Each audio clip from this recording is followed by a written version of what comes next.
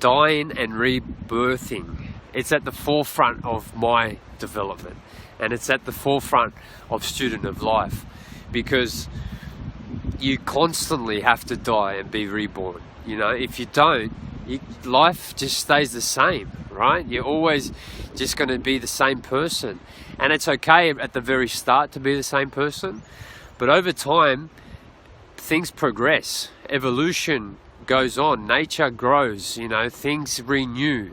And if you don't, you become miserable because you don't keep up with that constant evolution of nature, right?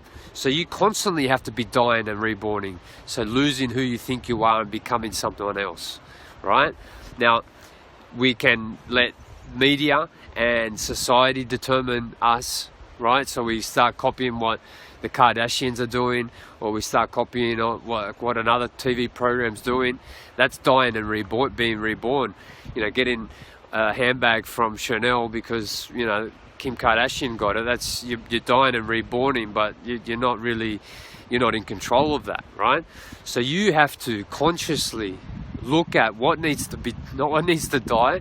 What part of you, what way of thinking, what action have you been doing up until this point that needs to die?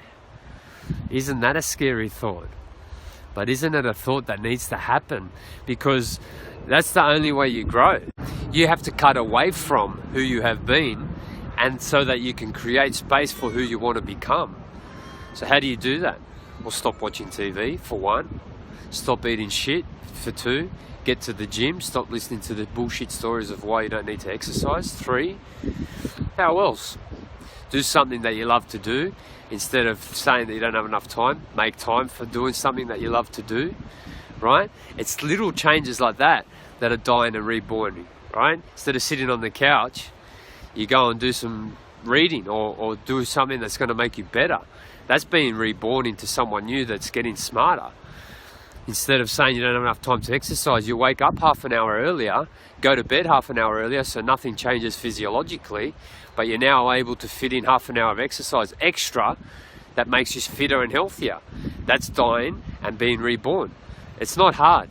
You just need to figure out what parts of you need to die, which is the hardest. It takes an objective view. You need to look from the top and say, what part of me, Shane, is being lazy and unproductive, and that's not serving me to the highest degree.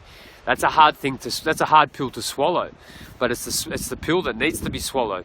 And then find what action you need to do to be reborn. What new habit do you have to create so that you can become someone new, so that you can be reborn someone smarter, you can be reborn someone happier, you can be reborn someone healthier.